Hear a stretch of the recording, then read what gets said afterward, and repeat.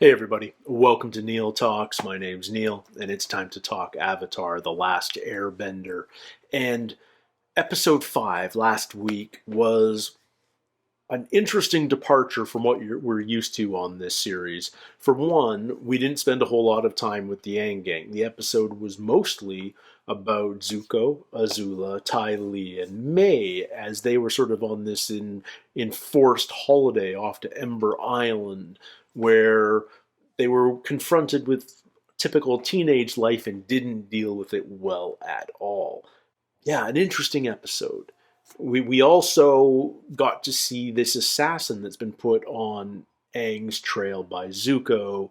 Finally get to see what he's about, although it's still quite mysterious. He's got this almost this psychic attack ability, projecting these explosions and from his mind. We don't know his name. We don't know what this symbol on his forehead's all about. Presumably we'll learn more as the season progresses. He's going to be tough to beat, though. We're basically on the run from him at this point. But I'm not sure we're going to have more of that this episode, because this episode's got an intriguing title. This episode's called The Avatar and the Firelord, which is, well, that's Aang and that's Ozai.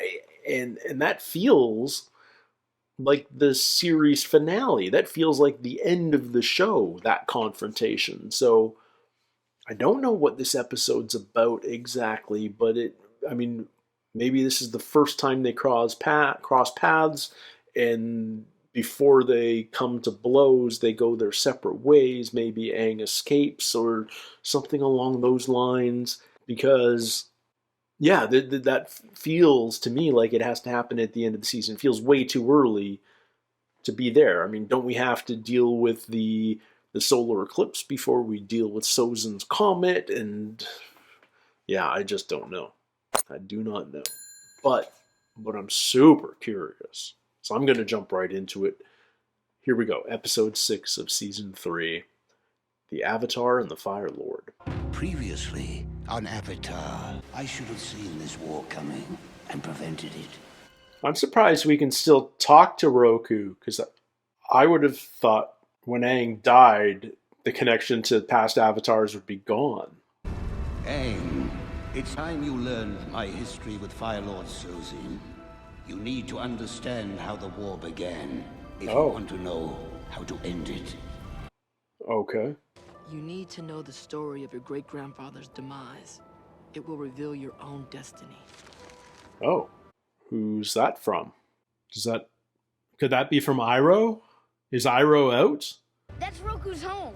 Okay. But It's there's burnt nothing out. here. It exploded.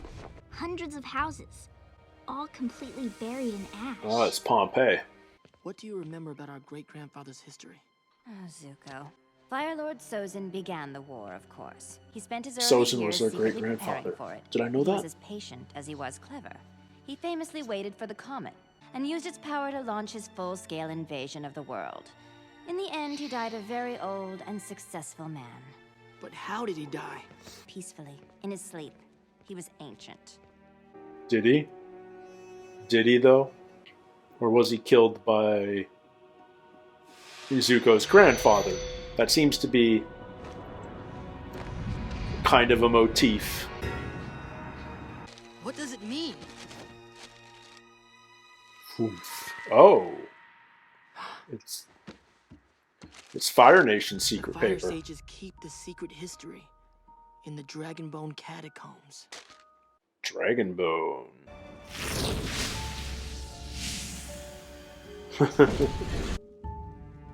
Is that the same dragon? The final testament of Firelord Sozin. Come, Aang. What's Roku? Roku was Fire Nation, so what? My past. Does he have a relationship As I feel my own life, to Sozin? I can't help but think of a time when everything was so much brighter.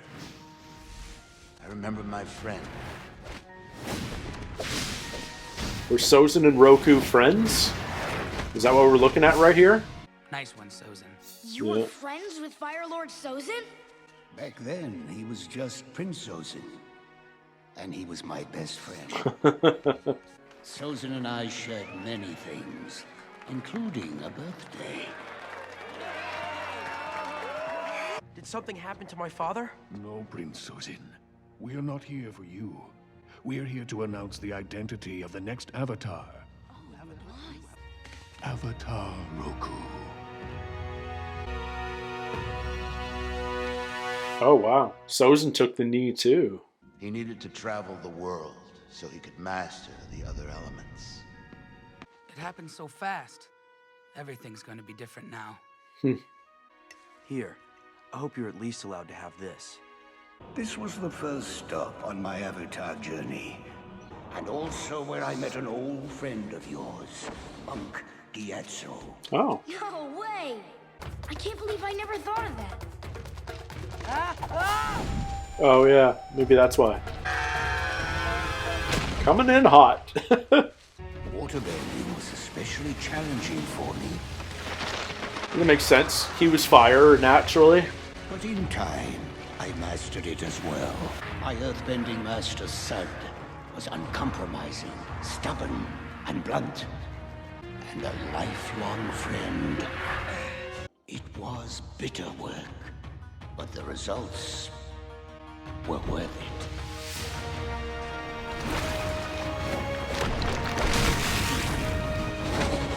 I am loving all the lore here. Years passed before I saw my friend again. He was a fully realized avatar. And I had changed as well. Customarily, my subjects bow before greeting me. But you're the exception. When love is real, it finds a way. And being the Avatar doesn't hurt your chances with the ladies. Fair enough. It's an amazing stroke of fate we know each other so well, isn't it? Together we could do anything. We can take over the world. Yeah, we could. We should share this prosperity with the rest of the world. In our hands is the most successful empire in history. It's time we expanded it. No, the 4 nations are meant to be just that. 4. Unfortunately, it was many years before I learned that Sozin had gone ahead with his plan, despite my warning. So Sozin was the one that started the war. How dare you occupy Earth Kingdom territory? How dare you, a citizen of the Fire Nation, address your Fire Lord this way? It's over.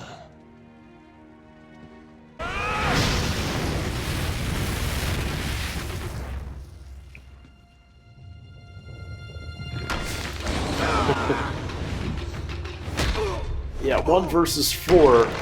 It doesn't feel like it's going to be a fair fight. Oh. And the Avatar state. I'm loving this. Such cool lore.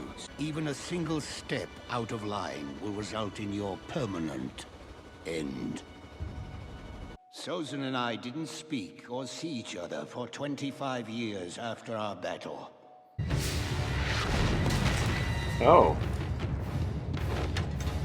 Sozin attacked Roku's home?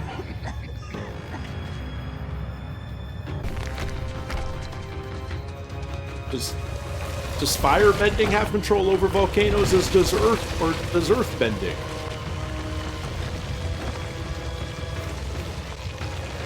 Oh. Roku's island was 100 miles away, but I could still feel it rumbling. I had never seen anything like this catastrophe.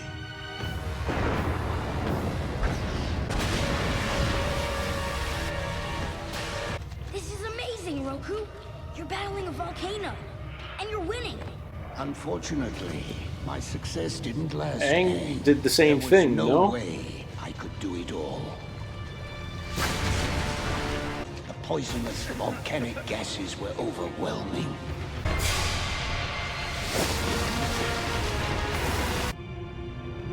Need a hand, old friend? Sozin? There's not a moment to waste. So this had nothing to do with Sozin. This was just natural. Yes!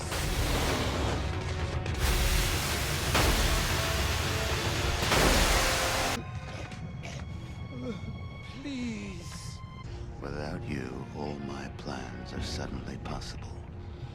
Sozin lets him die.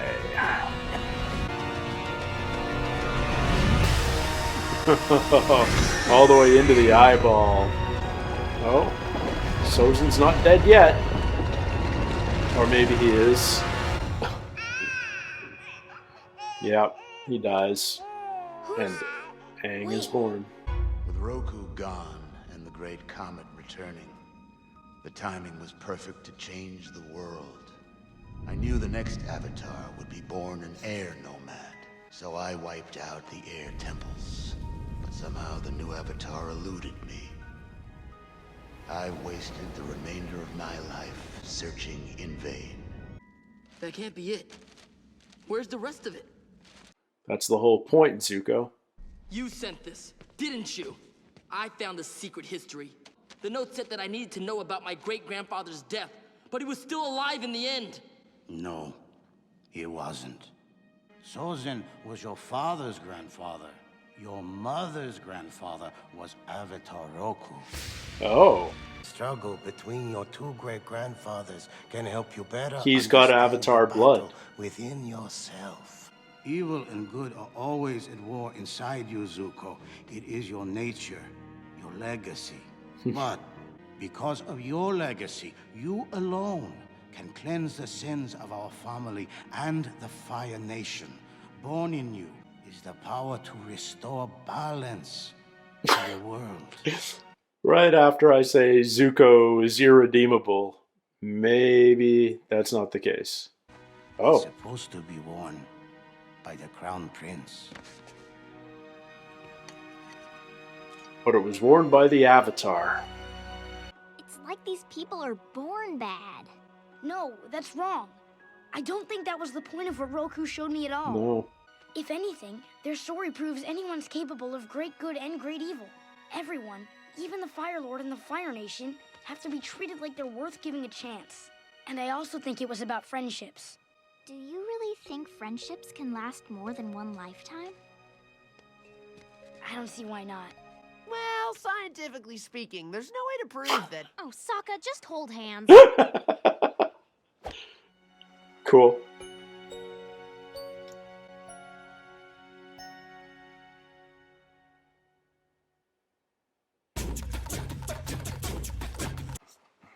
Great episode, but I'm a sucker for the lore episodes of this show, so that one was right up my alley.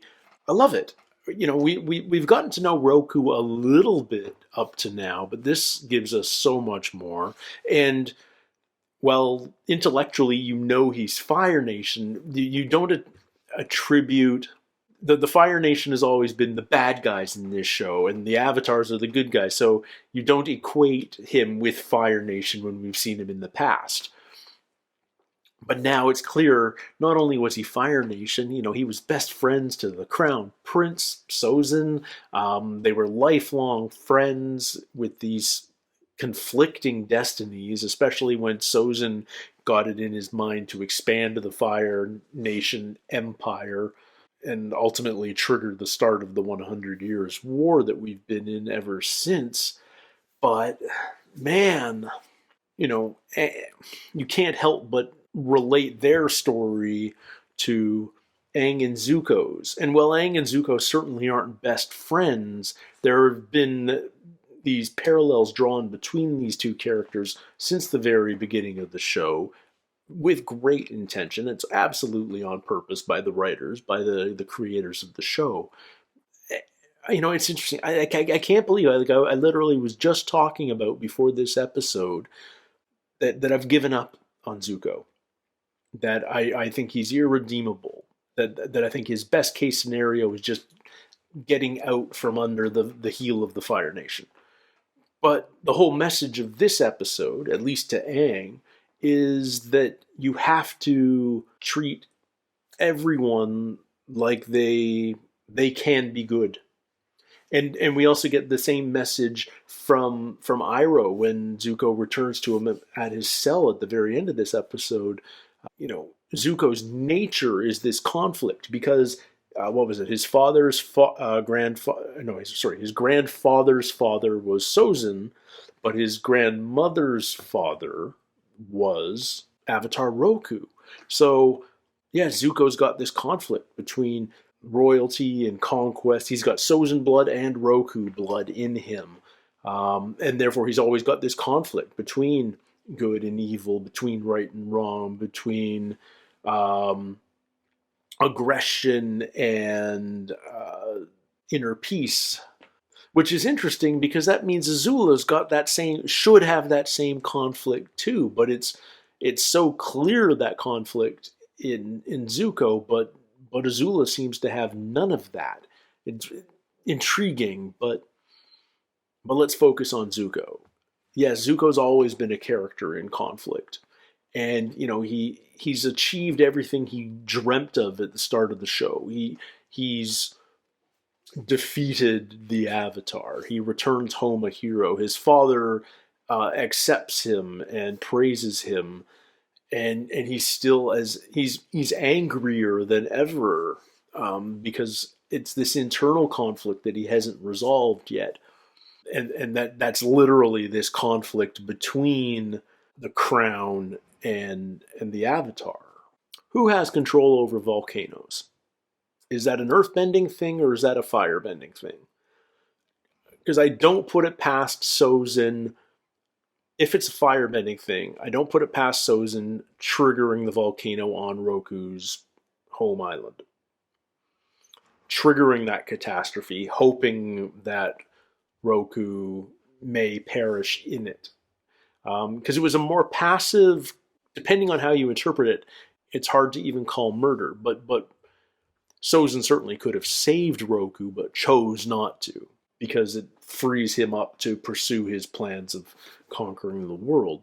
But because of that one moment, because he chose to let his friend die, it leads directly to the destruction of all the air temples. Aang's literally the last airbender, and the start of the war, which finally brings us to today, where the Fire Nation has finally conquered the entire world.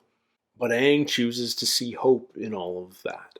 He believes, I mean, we didn't come out and say it, but it's clear that he believes people like Zuko are redeemable. Now, I can see Zuko being redeemed, but I can't imagine Azula and Ozai being redeemed. But who knows? Because here's an interesting thought experiment.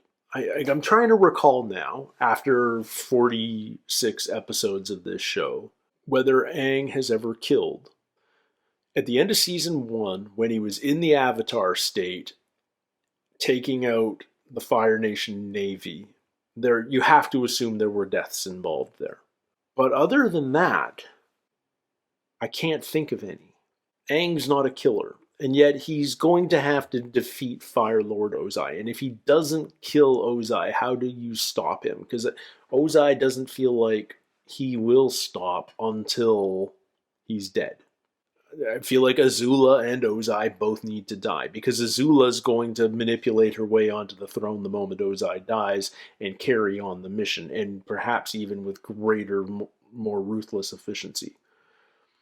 I feel like Azula and Ozai need to die, but I don't know whether Aang can kill while conscious. Like, the only time he's killed, well, he was in the Avatar state, but before he could control the Avatar state. So one could argue that wasn't really Aang that did it. But can Aang kill? And I'm not sure that's an Avatar rule so much as a personality type. I don't want to know the Aang that's comfortable killing.